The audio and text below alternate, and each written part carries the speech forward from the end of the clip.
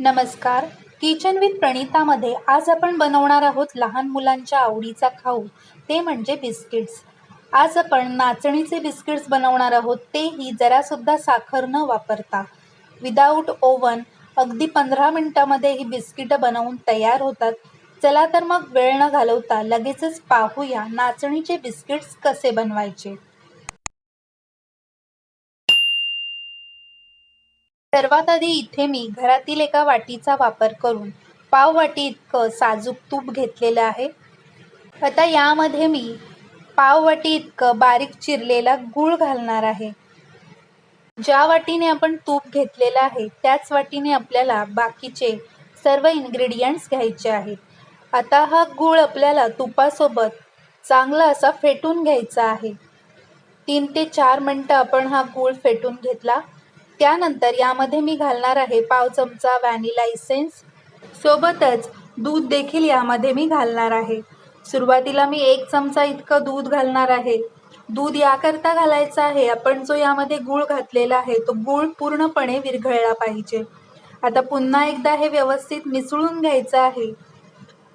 आता आणखी 1 चमचा मी यामध्ये दूध घालणार आहे, जेणेकरून जो गूळ आहे तो गूळ पूर्णपणे विरघळेल. पुन्हा एकदा हे व्यवस्थित मिसळून घ्यायचं आहे. आता या स्टेजला गूळ पूर्णपणे विरघळलेला आहे. आता याच भांड्यावर मी जाळी ठेवणार आहे आणि आपल्याला सर्व कोरडे जिन्नस चाळून घ्यायचे आहेत.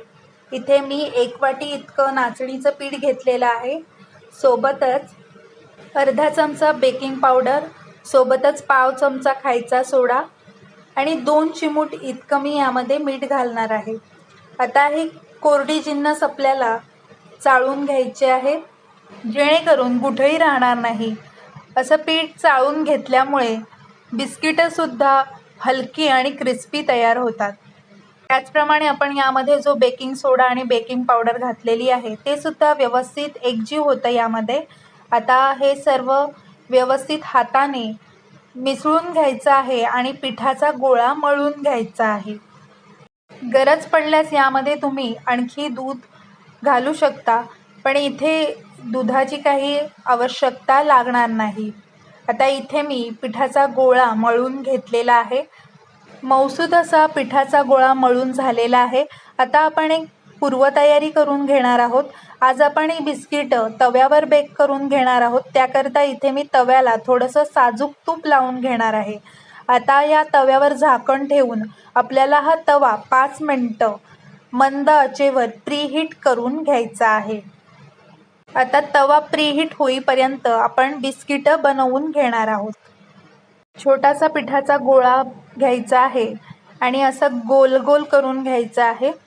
इथे मी बिस्किटाला शेप देण्याकरता एक बॉटलचं झाकण घेतलेलं आहे. तुम्ही तुमच्या आवडीनुसार कोणत्याही शेपची बिस्किटं बनवू शकता.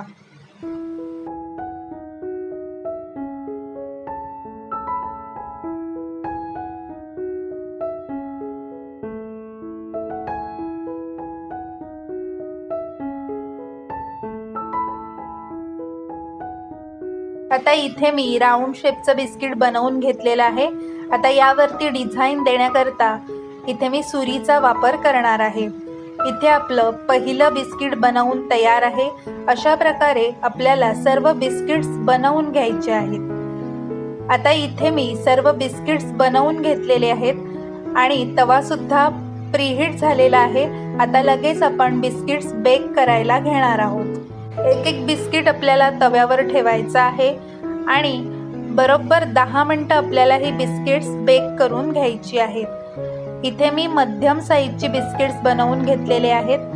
तुम्ही जर का पातळ साईजचे बिस्किट्स बनवून घेतले तर बेक करायला थोडा कमी वेळ लागू शकतो.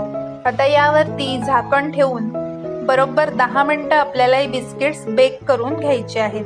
आता 10 मिनिटानंतर तुम्ही पाहू शकता बिस्किट्ससुद्धा छान बेक झालेले आहेत.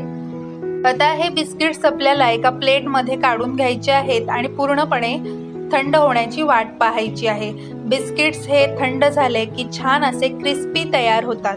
नाचणीचे बिस्किट्स बेक झाले आहेत की नाही ते ओळखण्यासाठी बिस्किटाला खूप छान सुवास येतो, घरभर सुवास दरवळतो. त्याचप्रमाणे बिस्किट वरून डार्क दिसतात, तसेच बिस्किटाची खालची बाजू थोडीशी ब्राऊन झालेली दिसेल।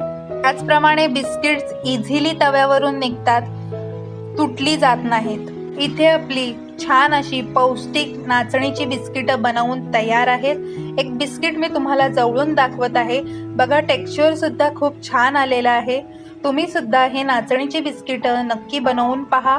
तुम्हाला माझी आजची रेसिपी कशी वाटली, थोडी तरी आवडली असेल तर प्लीज एक लाईक करा। किचन विथ प्रणिताला सबस्क्राईब केलं नसेल तर पटकन सबस्क्राईब करा। चला तर मग पुन्हा भेटूया अशाच छानशा आणि सोप्या रेसिपीमध्ये। धन्यवाद।